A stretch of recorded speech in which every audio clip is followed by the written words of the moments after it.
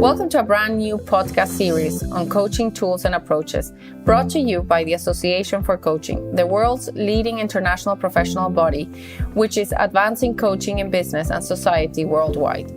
I'm your host, Claudia, coach and entrepreneur and co-founder of The Growing Coaches. Research shows that certain approaches can be effective. However, it also shows that integrating more than one approach can be even more effective. I will be in conversation with experts and look in more detail at some of these approaches, what the research says, how coaches can apply it in their practice, as well as live coaching demos to understand better how the approach is put into practice. Our aim in this series is to bring you closer to the research and the information on a variety of approaches that you might like to put into practice. Welcome to Suzy Green. She is CEO and founder of the Positive Institute, also honorary professor in the School of Psychology at the University of East London, honorary fellow at the Centre for Wellbeing Science at the University of Melbourne, and affiliate of the Institute for Wellbeing at Cambridge University. Suzy, I will let you tell the audience more about you. Oh, good morning, Claudia. Thanks for having me. Well, I've been, involved in the coaching field and in particular coaching psychology, which is, as you know, the science underpinning coaching or evidence-based coaching for nearly probably 20 or so years now. And I've grown up with the field of coaching psychology. I did a first study actually on evidence-based coaching as a mental health prevention intervention back in 2003. I finished my doctorate, and I think if we look at what's happening now, particularly COVID, post-COVID, that research has become really important because I was able to show, and my colleagues that also have conducted research in this area, that coaching can be used as a mental health prevention intervention. And as you know, early on it was very performance-focused coaching, and so now we've sort of been given permission, and in fact we're being encouraged to look at performance and well-being and mental health from a coaching perspective. So I've been doing this a long time. I guess I've really specialised in the field of positive psychology coaching, where I've published 2 texts with co-authors on that. But today I know we're talking about solution-focused coaching. I've actually published a chapter. I went back and found it in a book called Solution-Focused Brief Therapy. This is quite a while ago. So it is an area that, for me, has been integral to both the research and my practice in coaching. Thank you for that, for giving us also a bit of brief history about the approach and your years of experience in it. Can you tell us a bit more about the difference between positive psychology and solution focus? Yeah, well, I think first up, coaching by its very nature is solution-focused. It's been defined as solution-focused. And with positive psychology, which is formally defined as the science of optimal human functioning, it really is about helping people to be their best. Now, I've worked clinically. I have a clinical psych background. So for many years, I worked clinically, and there were a lot of problems that people came with clearly, and distress that was happening. But even in my clinical training, I was being introduced to coaching, and I fairly quickly adopted a solution-focused therapy approach as well. But I think it really comes to its fore in coaching because, and positive psychology coaching, which is very strengths-based and solution-focused approaches, to me, are very complementary in nature, and we're really trying to co-create a future in coaching, and a future where people are flourishing. So for me, the solution-focused approach is foundational to both coaching and positive psychology coaching. So they're similar in the fact that they're both future thinking of the future and future-oriented. If you would be looking from outside a window and you see someone coaching, what are those things that they would be doing where you would say, aha, that's a solution-focused approach? Well, it's funny because I've been teaching solution-focused coaching for, 20 years. And I only ran a workshop a couple of weeks ago with 130 school teachers, with 2 of my colleagues. And it's so interesting Claudia, because you go through, the rationale for taking a solution-focused approach. You give them examples of solution-focused questions. You talk about the importance of asking, not telling, and then you put them into practice. And as you walk around the room, it's so funny how many times you have to do a timeout. And I sort of throw it, to the person coaching, and I say, "What are you doing?" And they go, "Oh my goodness, I'm still talking about the problem," or "I'm telling people what to do." But my experience has been that most people know what they don't want, so it's very easy to talk about the problem. But as soon as you start asking solution-focused questions, it's quite challenging for people to get them to talk about what they do want. So I guess what I'm saying is a lot of people really like a good problem. So if we were observing someone that was really focused on a solution-focused approach, they'd be asking some really powerful solution-focused questions to move them out of that problem focus and into the future of what they are trying to create in their lives. So not focusing on the problems. It's almost what they are not doing is where you would recognize. Although I want to put a bit of a disclaimer here because, and I'm not sure if anything's been written about this, but this is clearly come out of my experience. If we don't validate people's problems, so let's say, you come to me and say, "Suzy, I've got this really challenging situation now." If I just go straight to, "Okay, Claudia, well, what is it that you want to happen differently?" and I haven't fully validated and I haven't used paraphrasing or I haven't reflected back what it is that I've heard. Haven't done my active listening where I'm really listening not just for the content but for the emotion of how you're feeling. In my experience, it can be very challenging for the coachee to move to a solution-focused approach because they feel like you haven't really fully heard them and they feel like you haven't fully validated where they're at right now. So my advice when I'm training people in coaching, and not necessarily professional coaching, but just in corridor coaching, is first up, feedback, that you've heard what they've said. You're validating how they must feel from, in that situation and from that perspective before you start to move to a solution focus. And look, for most people, a brief validation can help them move to that solution focus. Other people, and I would say that this might then border perhaps more that it requires more of a counselling or therapeutic approach, need a lot more validation and they find it very difficult. So that's been my experience. Validate first and then move to the solution focus questions. So showing that empathy before jumping, that's a great point. And that brings me to something else that you mentioned there. And I guess it's the contracting side of it. How do you contract as a coach, or what do you need to take into account when you're contracting with your client if you are going to apply solution focus? I've had really quite a funny story here. So many years ago when I was, I guess, in my very early days of using coaching in therapy, I had a client that came along and he told me that he'd seen a number of psychologists before, which can always be a bit of a red flag because I think, oh my goodness, what am I going to do wrong on this occasion? But anyway, I said to him, well, my approach is a little bit different. So I'm going to spend quite a large amount of time focusing on your strengths and also focusing on solutions. And he basically said, well, Suzy, what's going to happen to my weaknesses and how are we going to ever resolve the problem? So I guess it was a great example of, for him at that time, he had quite a lot of black and white thinking. So it was either we were focusing on strengths or weaknesses, or we were focusing on problems or solutions. And so I guess my response to him was, the reason why it doesn't mean we're not going to address problems or weaknesses, if you like, but we're going to take a slightly different approach. So we're going to try and pull out the exceptions to when the problems happen, which is a really key part of the solution-focused approach. Because you often will hear people that have that black and white thinking, this always happens or this never happens. So in solution-focused therapy and in solution-focused coaching, we ask people to find exceptions to the rule. Like, when doesn't it happen? So again, when I was doing clinical work and started to introduce solution-focused approaches, I'd ask my clients, how's your week been?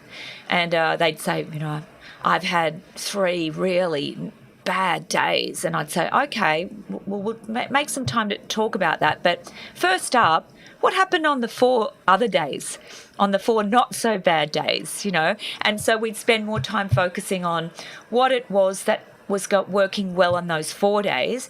And by focusing on the times when things are going well, we can actually uncover evidence or information about what was it that happened or that client did differently, or perhaps they started their day differently, and that information can be really useful in terms of replicating that into the future. So we want to do more of what's working and less of what's not working, in a sense. So I guess my response is it's not black and white. Just because we're being solution focused doesn't mean we're not addressing problems. And similarly with the strengths, just because we're focused on strengths doesn't mean we're going to not address weaknesses or lesser strengths, if you like. So clarifying that you're still going to do the spectrum, but that you will focus on more time on the solution and the strengths rather than on the rest. Yeah, and I think the rationale is that sometimes when you you often hear people say in coaching, don't use why. Now, I had a discussion with one of my esteemed colleagues just recently, and he's going to bring out a book shortly, really challenging a whole idea of not just why, but other, I guess, assumptions that we make in coaching. And I said to him, in my, I guess, training and learning, there may be times when we do ask why. It's not a complete, again, black and white approach to this. But if you do go down the why road, you tend to get stuck in then who does that and then what happens, and you really can get in that problem saturation. And in fact, one of the exercises that I learnt from Tony Grant, who was my mentor, when we're teaching solution-focused coaching, is to do a benchmarking exercise. So we actually start off giving people permission to talk about a problem, and you're only allowed to talk about the problem. So we put them in pairs, and I usually say to them, really use this as an opportunity to get a problem off your chest, really get, down and dirty with the problem. And what I would say most people at the end of that experience, I ask them how they feel, and it's like, yeah, look, I guess for the person getting the problem off their chest, it can be, I guess, enlightening, or can be a form of venting in some forms, I guess. But generally, most people say, yeah, it felt a little bit draining. It felt quite draining just focusing on the problem. And again, as a clinical psych that spent years working with people, and even with a solution-focused approach, when there's those problems and we're getting too deep into them, sometimes it can feel very draining. Whereas when we start to move towards this solution focus, it starts to build some hopefulness and some positivity when we start to visualize or dream of a future. And then those positive emotions that we start to feel, and as you may be aware, there's research on this as well from Broaden and Build theory, those positive emotions actually broaden our thinking, make us more creative and more solution focused. So the combination of taking a solution focused approach, trying to build a bit of positivity in the coaching, that double whammy has shown, and in fact, it was one of Tony Grant's, one of his, I think, fairly, one of his last publications was on this combination of using solution-focused questions and building positivity in the coaching session to improve outcomes. So the integration of both. We have an episode in this series which talks about integration. So I guess that it could be a nice segue to talk a little bit more about the research, but also about how we can integrate this approach with other approaches. Yes, definitely. With the research, I went back to this chapter that I wrote, and it was called Solution Focused Brief Therapy by Franklin et al. At that time, I did a review of the literature, and I couldn't find any specific literature on solution-focused coaching. Now, to be honest, I haven't gone back in the last week to review that. There may have been, but at the time, and I would argue to date, most of the research which if you do a literature review, a number of my studies come up in there, have been cognitive behavioural solution-focused coaching. So the randomised controlled trials, including my doctoral research and then some additional studies that I've conducted in educational settings with teachers and with students, has combined a cognitive behavioural and a solution-focused approach. So we haven't been able to, I guess, pull those apart in the study. And to give you, I guess, a bit of a deeper understanding as to why I think, and also the research supports, that the combination of those theoretical approaches and those, I guess, they're very practical approaches, why they work, is underpinned by a theory called hope theory. Now, hope theory was originally created by Rick Snyder and Shane Lopez. Both of those incredible human beings I had the privilege to meet when they were alive. They've passed on now, unfortunately, but they've left an incredible legacy. Now, hope theory is integral to coaching, Claudia, and I actually used it as the theoretical framework for my doctoral research. So I'm going to give you the very brief overview of hope theory. Hope theory is made up of 3 cognitive components: goals, agency and pathways. So in hope theory, and the research does tell us that there are individual differences. So I'm a high hoper, and in fact, I'd hope that most coaches are high on hope. One easy way to look at that is by doing the VIA character strengths assessment, which is a free assessment, and you can have a look at where hope and optimism come. Now, in that assessment, they have combined hope and optimism. They are actually 2 different but related constructs, but I'm going to come back to hope, right? So as a coach, ideally, you do not want to be a low hope coach, because if I was a low hope coach, I'd be saying, oh, Claudia, I don't know how you're ever going to achieve that goal. I want to be a coach that believes in you and believes, look, I'm going to reality check you. I'm going to test that you have got the capabilities and the skills and the resources to achieve, particularly if it's a stretch goal. But ideally, I want to be a high hope coach. So a high hope coach helps people to set personally meaningful goals that are self-concordant, aligned to your core values. And not just one goal. We don't, in hope theory, high hopers set multiple goals. They're not just attached to one goal. They have goals in various domains of their life. They have a high degree of agency. So that really is your self-efficacy, if you like, your levels of optimism. Are you telling yourself hopeful narratives that I can achieve these goals? And that's where hopefully you can see the cognitive behavioural component comes in. Because if you have a lot of ants, those automatic negative thoughts, you might have thoughts of, I don't know how I'm ever going to achieve this goal. How will I ever get there? And so we use cognitive behavioural approaches in terms of identifying the unhelpful automatic negative thoughts, and we start to build more hopeful narratives that are based on evidence that we've achieved goals in the past. So we're looking for evidence. Our brain likes evidence that we can achieve goals. But when we start to look at the pathways, which is the 3rd component of hope theory, high hopers have multiple pathways. So when we're coaching people, and particularly for those of us that are familiar with the good old GROW model, which, as we know, is the most popular coaching framework in the world, in the O of GROW, options, that's when we're using solution-focused coaching. So we're looking at, what are the options here? What else can I do? What other actions can I take to achieve the goal? So we're really using a lot of solution-focused questions to be able to build our multiple pathways and become high hopers to achieve our goals. Coaching is a hope enhancement intervention, and I've actually, in my studies, we were able to show, I think in at least 2 of those randomized controlled trials, that hope, and this is trait hope, not just state, trait hope significantly increased from pre to post coaching. And similarly, therapy has been shown to be a hope enhancement intervention as well. That's it of course explains many things of coaching within a single theory. And I like to think about, you mentioned there CBC and how you can use cognitive behavioral in the side of self-efficacy and negative beliefs.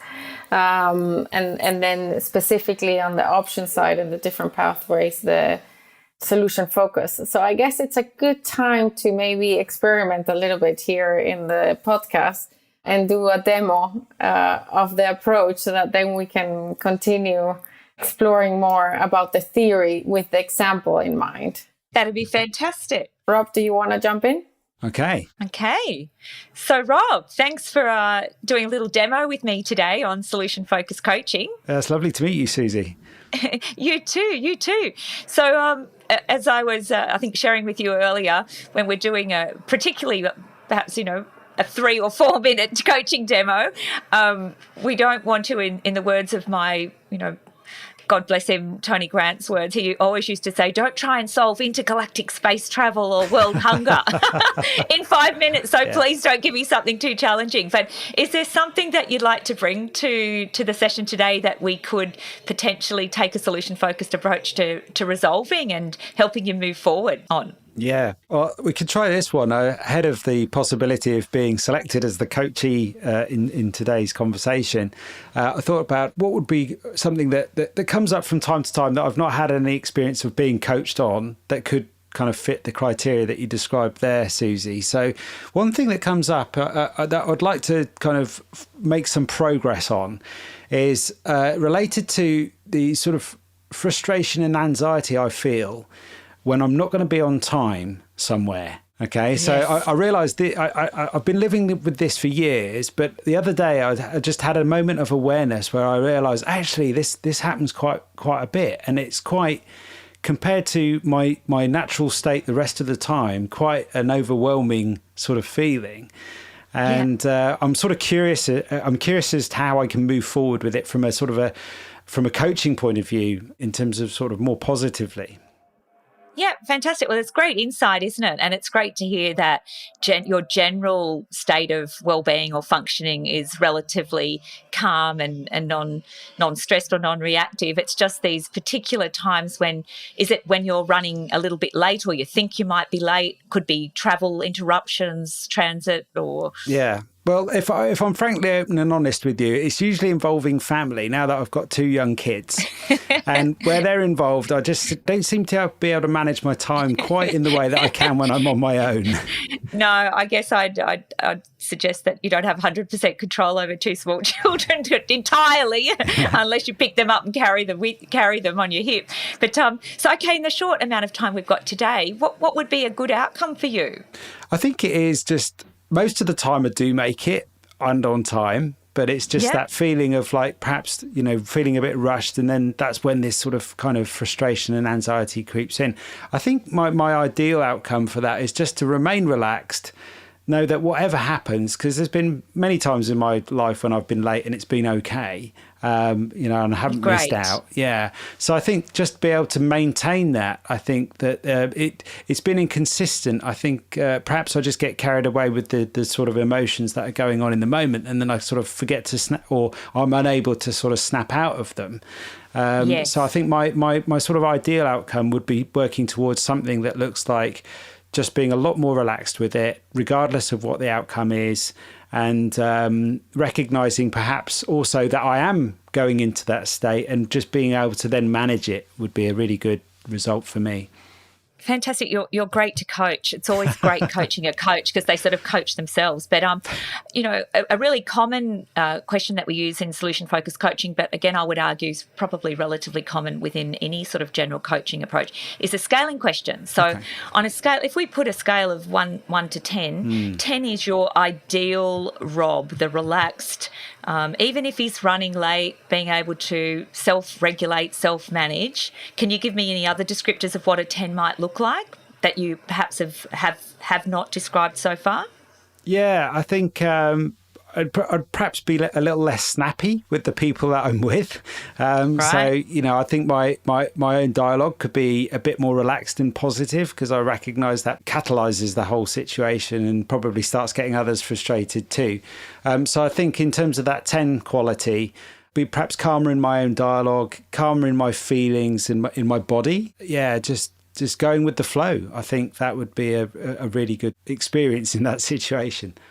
Okay, and just to put a bit of a baseline on this, I'm not sure if you've ever really been at a 1. I'm not entirely sure what a 1 might look like, but what would you say if you have a recollection of a time when you did get quite frustrated and then perhaps you'd beat yourself up a little bit? What number would be the lowest number for you in the past, I don't know, 12 months or so? Well, I don't know about the last 12 months, but there's one from quite a number of years ago, as you were describing it there, that I'd quite forgotten about, but just as you described it there, I thought, I wonder what a 1 would be.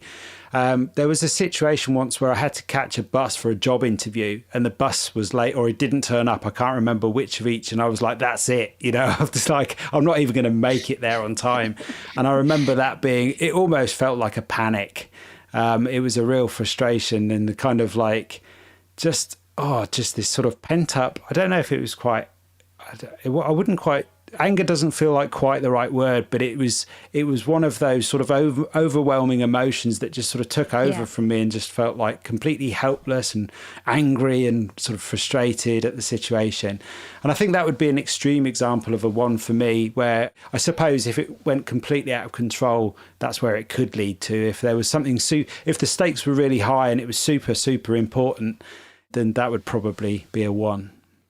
Okay, and then what about, have we had a 10 at all in the last 6 to 12 months? Have we ever got to a 10, or would you say an 8 or a 9, something close to that? Yeah, I think we've had that, definitely. Yeah, I mean, forest school is usually a good example where I, inevitably trying to find the wellies and get there in time. And, but it's always a very relaxed affair. The people there are fine. We've never missed out on anything. And then I sort of reflect quietly to myself, like, what was that all about? But there have been times where we've made that trip and I've just almost anticipated we're going to be a few minutes late. I'm going to feel fine. We're going to really enjoy the fresh air and being in the woods when we get there. And it's been a very relaxed affair. So. Fantastic. So if we had more time, we'd explore more of these exceptions, the times when it does go well and try and, identify what is it that makes those times go well versus the times when they don't go well. And I'm hearing that you already have some insight into that. So I'm going to park that and let you come back to that. But what might be some of the strategies if we take out of the picture, because it sounds as if the times when you have control versus don't have control over the scenario, that's something that might need some additional work on. But what are the potential strategies that you have used in the past that have been helpful when you've started to feel yourself get a little bit frustrated? Yeah, so I think perhaps a couple of things. Breathing is one of them. Great. Just sort of noticing my breathing and then changing it, I think, has been a really useful one. And sometimes combined with that or actually just rather than being sort of at the front door trying to gather the troops, I've just kind of either take myself round into the sort of back garden or gone upstairs and just removed myself from the actual kind of physical proximity of where I'm standing. It's almost like I'm stepping out of how I'm feeling, changing the scene deliberately just to change my focus. So either one of those or both seem to be quite effective. So you've got 2 pretty powerful strategies, and breathing in particular, as you may know, has got a significant evidence base but underpinning it. It's a very powerful, portable technique, isn't it, to reduce stress and anxiety. So what's your ideal? Do you think, how realistic is it to be a 10 all of the time, every time this happens? Particularly, I guess, as you're still working towards greater levels of self-management. What would be, for the next 6 months, if we were chatting here again, having another solution-focused coaching conversation, what would you ideally be telling me? What score you're generally sitting at? There may be times where it's a little bit higher. There may be times when perhaps there are bigger things that are out of your control that really put you to the test. But what would be your ideal on that scale? What would be my ideal score? Yes, on the scale. Yeah, it would be a 10. That would be I'd be aiming for the 10, but I'd be happy with a 9. But I think when I get to the consistent 9, I'm still looking for the 10 on that. Yeah. You're still looking for the 10. Okay, so I think we might leave it there, Rob, for the moment. The only other, I guess, solution-focused coaching question I might leave you for homework if you were interested is called the miracle question, which is, if I went to bed tonight and a miracle occurred and I woke up and I was Rob that wasn't bothered by being late. And if I was, I knew that I had a strategy. And I'm sort of putting some words in your mouth here. But so the exercise is to go home and potentially write it out or talk to your partner about it. How would she or he or the family know that this was the Rob at a 10? What would you be doing differently? And what would other people notice around you if that miracle occurred tonight if you went to bed? Yeah, I can instantly sort of see their reaction towards me is going to be less of the kind of the counter dialogue, I imagine, because it's one of those things that I feel what I give out comes back to me, and it very much does in those kinds of moments. So I think that what would come back to me is sort of happy faces, calm people. We're all going to be okay. We're healthy, safe, and happy, and what will be, and I can't help but feel that'll just be an easier way to travel, whether we get there on time or not. Yeah, so just quickly, because you've articulated it, that there are some benefits not just to yourself but to others, how helpful would it be to, again, potentially as homework, to reflect further on some of the pros of becoming your best possible self, Rob, in terms of how you manage these time-pressured situations? Yeah, actually, I think even in this very short opportunity to be coached by you, Suzy, a couple of things have popped up sort of very almost instantly for me. It's nice to reflect on it, actually, and I think there's other things, maybe some affirmations or mantras I might be able to come up with to help me get towards that 10. But I think also just that last point, actually, the idea of sort of seeing me through somebody else's eyes, and actually that would probably make me laugh, if anything, and that's probably going to help the process too. So I think actually sort of seeing it from other people's point of view, because this isn't one I haven't given a lot of thought to in terms of how it might more deeply affect other people or how it might just appear to other people. So I think that will be a really useful sort of bit of homework for me to reflect upon. Yeah, thank you. Absolutely. That's been my experience too, particularly when you have small children and, in terms of the role modelling that you want to do and helping them to better self-regulate or emotionally regulate as well. Yeah. So, well, thank you so much. And I look forward to hearing, Rob, how you go with that. Thanks so much, Suzy. Thank you. Thank you, Rob, for volunteering for that. And thank you, Suzy, for doing an example for us. I guess it's such a relatable thing that people experience of getting stressed when they're late, and especially with kids. I think that's every parent's morning routine to school, the description of every parent's school. Absolutely. Actually, Claudia, can I share a quick example, actually? And it came out of one of the solution-focused books. I've got quite a few of them. A couple I can recommend, particularly, I think it's called A Field Guide to Possibility Land by O'Hanlon and Beadle. It's filled with fantastic solution-focused questions in there. But in one of those books, they give an example of a mum that was getting quite frustrated with her child not getting ready for school, as you said, particularly being in their school uniform, ready to go out the door at 8 a.m, for example. And so in a very brief solution-focused coaching conversation, the coach said, well, what would need to happen for your child, for you to be ready to walk out the door at 8 o'clock with your child ready? And they started, brainstorming using the high hope, looking at all the options. Another key question is, and Tony Grant used to use this a lot when I used to observe him, well, what else could you do? Well, what else could you do? And he'd push people, even to the point where they thought they didn't know. And then they'd say, I don't know. And he'd say, well, what if you did know? So you come up with these questions. And one of the solutions that came out of this exercise was, perhaps I could just let my child sleep in their school uniform, because then they'd wake up, they'd be dressed, and we'd be ready to go. Now, as parents, we may not all agree with that solution, but what happened was broke this cycle, because they were in this quite ingrained cycle and all of the high levels of emotion and frustration between the child and the parent. And by just breaking the cycle, making it a little bit of fun, it was quite, odd, I guess, for the child to be allowed to sleep in their uniform. And then after a little period of time, they were able to revert back to the child wearing their pajamas and getting changed into the uniform. So I think for me that was a really powerful example of how solution focused, as bizarre or odd or as the solutions may seem, perhaps they're just there for a short term, just to break the cycle, and then we revert to how we ideally want the scenario to be. Guilty of that. My kids have slept in their uniform, PE uniform, not the daily uniform, but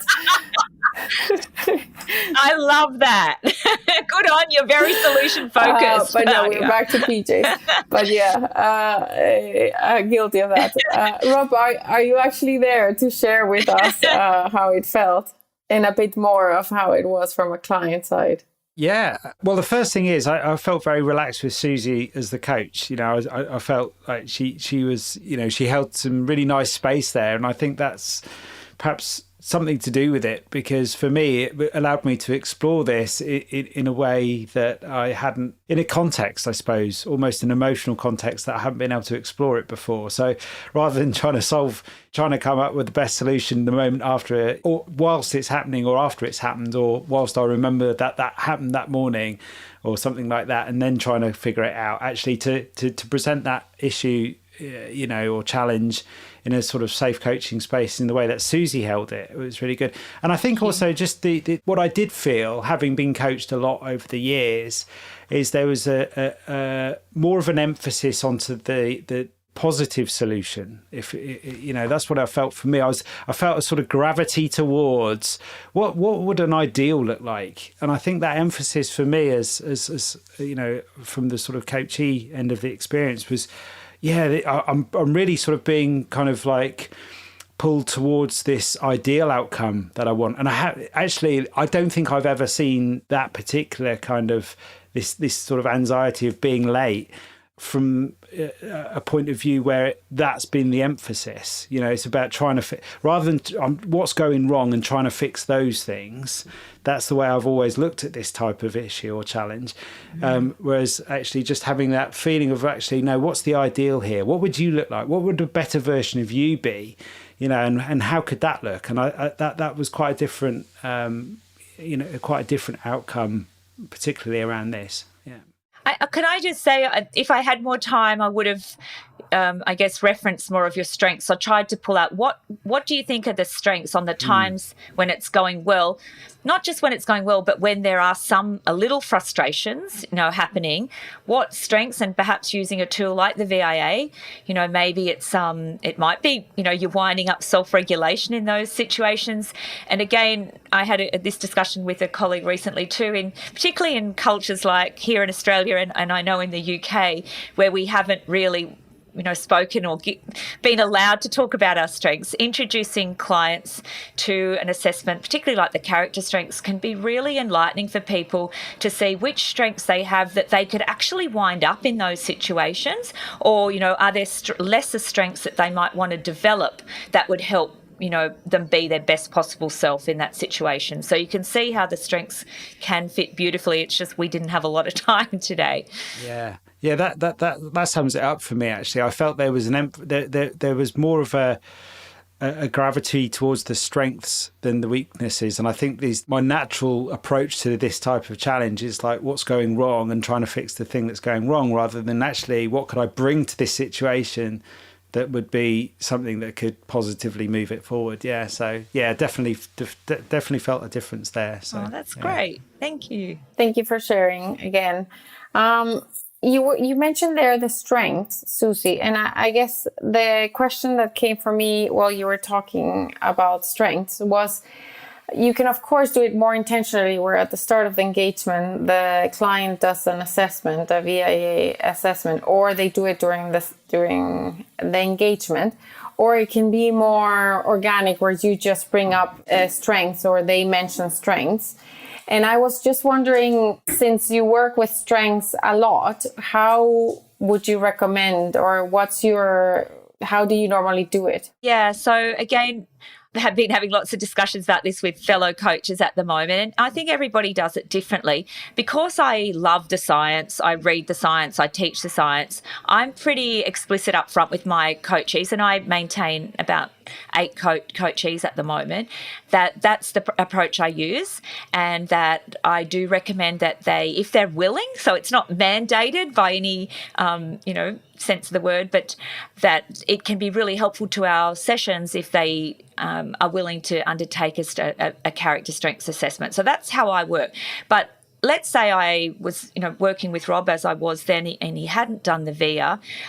What I could have done in that session was because I know the 24 character strengths, I've memorised those because I've been using them, and that would be something I would recommend to coaches that are still learning quite, very early stages of learning about the strengths, is try and memorise those 24 character strengths, because then you'll hold them and you'll start to see them. So as your coachees start to talk, you'll go, oh, wow, that coachee has got love of learning.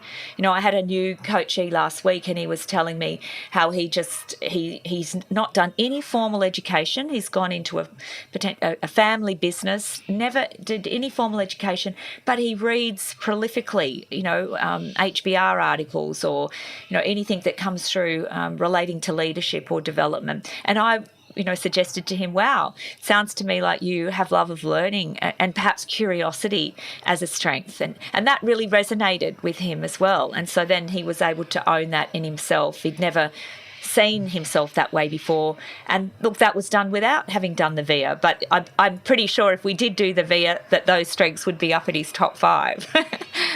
Perfect. So the conclusion is then a bit of both, and you can be more intentional about it at the start, or if not, then definitely know your strengths so that you can during the sessions bring them up as much as you can. Or you can just use your own language, to spot strengths as well. So I don't think it's hard and fast rule, but I know for myself, when I was first learning the VIA, as I started to really become more familiar with the 24 character strengths, it was happening quite a lot, Claudia. It still happens now, but when I'd start to have conversations, I would be thinking, oh, that person's definitely got kindness or leadership. So you start doing this strength spotting when you start to familiarise yourself with the 24 strengths. Yeah. Yeah, and something to practice socially as well. I'm guessing it will help with everybody. It helps you to see people through the lens of strengths, which can only be a good thing.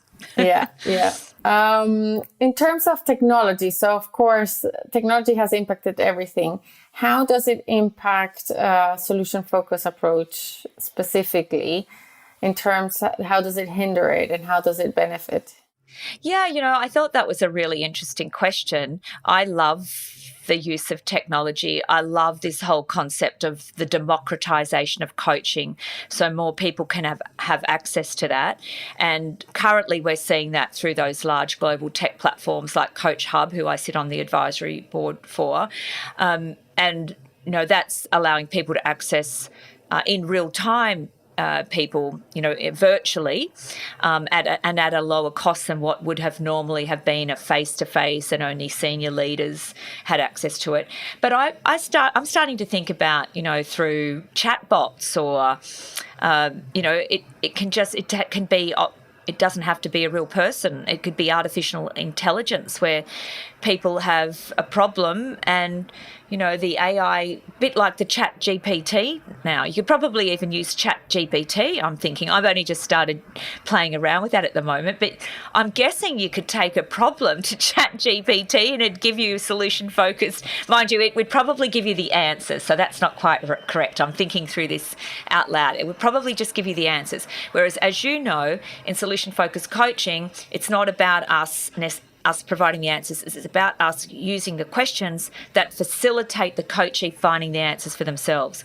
But again, I see no reason why you couldn't have an app, and I'm sure there are some out there already that have these solution-focused, real-time sort of chatbots where you can be coached in real time through using solution-focused questions. If you think about the time in between the sessions, to complement whatever you're doing during the sessions, how would you apply these chatbots or this solution focus approach in between the sessions?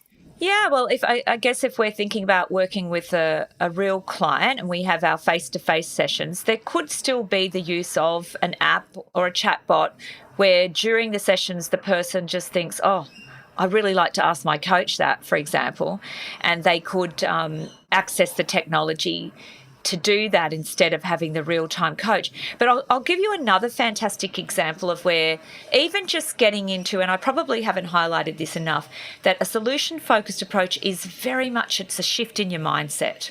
That's what changes it.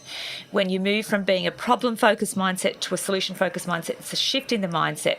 And so I'll give you a great example of when I was training some leaders many years ago. And some people, as you know, are naturals. Like when you start teaching solution-focused coaching, some people look at you like, really? Doesn't everybody do this? And then you have to explain to them, no, some people really like a good problem and they find it very difficult to get into solution-focused mindset. So this leader said to me, he said, Suzy, he said, I've been doing this for a while now. He said, as soon as my people come to me, when they come and they knock on the door, the first thing I ask them is, well, what do you think? And he said, do you know what?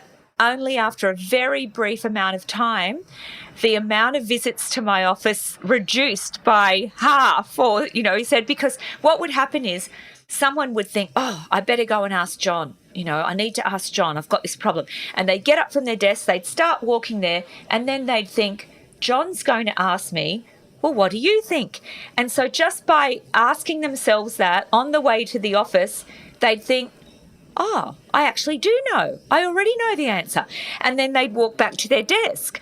Because I guess, sometimes that going and asking the leader or somebody else can sometimes just be a reassurance-seeking type activity when in fact you do have the wisdom or you do have the answers within you, and just by asking yourself that question, you come up with the result. Helping people shift into that solution-focused mindset, giving them. So I give some of my coachees some solution-focused coaching questions, particularly if they're in a position of leadership where they can start to practice that with their team as well and start to use those solution-focused questions in their everyday interactions so they get more and more into that solution-focused mindset.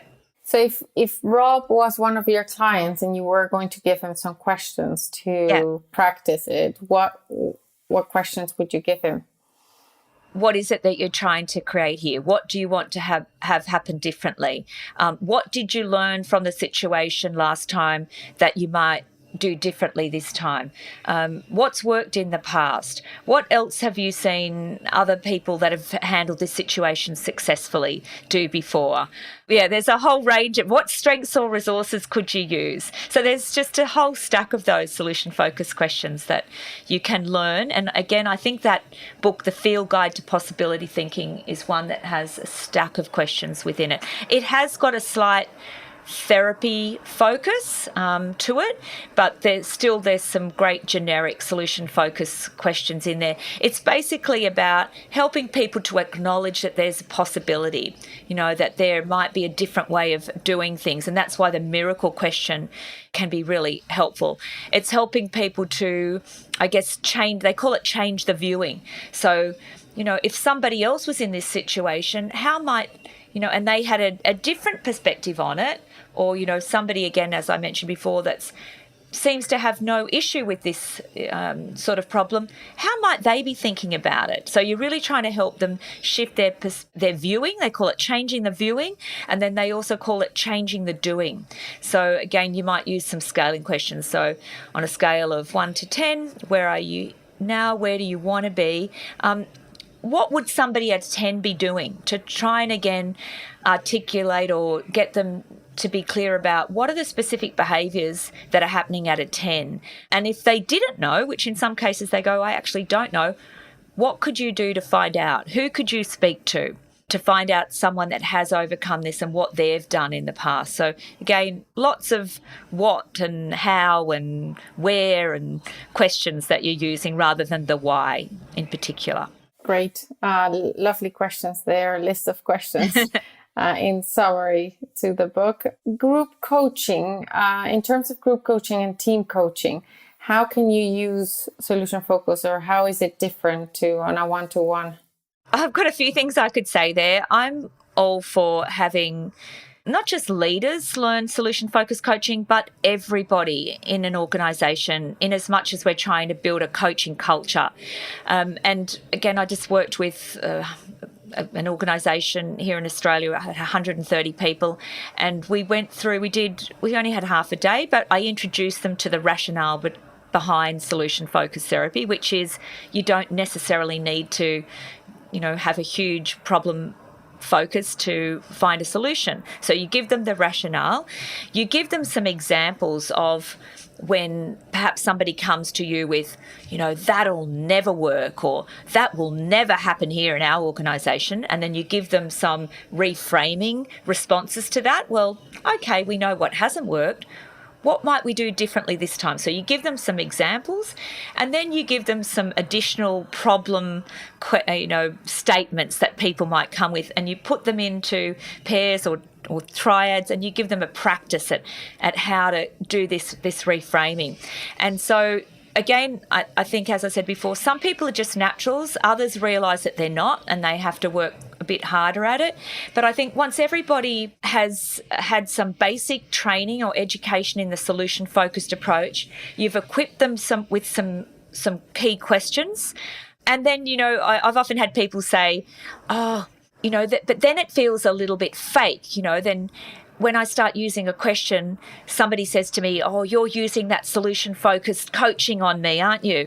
And I don't think there's anything necessarily wrong with that, because it may feel a little unnatural when you first start. But as you start to develop, a larger vocabulary, or, you've got a bank of these solution-focused questions, they start to flow much more easily, and they start to just become, that way of being that we talk about in coaching. They start to become who you are and how you approach questions and life in general. So equip the team so that they can have this type of mindset and apply it to each other. Exactly. Would be the approach. Yeah, and I mean, even in any team or group coaching, there's no reason why. I mean, I would still recommend setting up the frame. So in a team or group coaching, from the very beginning, it's made clear that we're not going to shy away from problems. We are going to validate them. Some of them we may need to park, and they might need some deeper exploration, possibly. But for this team coaching, we're going to very much take a solution-focused approach. So let's even at the team level, if we're all learning this, perhaps everybody comes to the session with one solution-focused question. And when you're perhaps doing some fishbowl coaching, someone's got an issue, everyone takes a turn at using a solution-focused coaching question. I mean, that might be a nice way to practice your skill, and just to see how powerful some of these very simple solution-focused questions can be. Yeah. No, it definitely can shift an environment to have that type of approach. In simple things, as I was thinking of, since I'm a coach, I have friends who are coaches. And when I call a friend coach with a problem, it's a completely different... I leave the conversation feeling completely different. So I can imagine in the workplace it being the same thing, where you just get a coaching question back. It's much more energizing. Although I have to say, with family, I have had some feedback from my family that, Mum, we just want you to listen. Please don't move to the solutions too quickly. So again, that comes back to my earlier recommendation to be sure that you do actively listen, you do reflect back before you start to try and move people into a solution. Yeah, makes sense. Well, Suzy, thank you so much. Before we finish, what final thoughts would you like to leave our listeners with? I think it's a great time to reflect on, your own coaching approach right now. How solution-focused is it? Could it be a little bit more solution-focused, or perhaps are you too solution-focused and not doing enough of that validating and reflecting? But in terms of the energy piece, it is energizing for me as a coach to be solution focused, I can tell you that much, but also perhaps for them to consider that integration with the strengths-based approach, because it's a wonderful integration. Yeah, it's definitely a nice thing to reflect on. I think since doing this podcast and going through all the different approaches, I myself have found, like digging things that I knew but that I haven't been using lately. So it's great to have that as a refresher to really look into it and call yourself out if you're not using it enough or if you're using it too much, overusing a strength or underusing. Absolutely. Where can our listeners find out more or get in touch with you? Through the website is the best approach. We've got actually quite a lot of resources on there. I have done a stack of podcast interviews on various topics that people can access through there. And there's an email through to our info at thepositivityinstitute.com.au.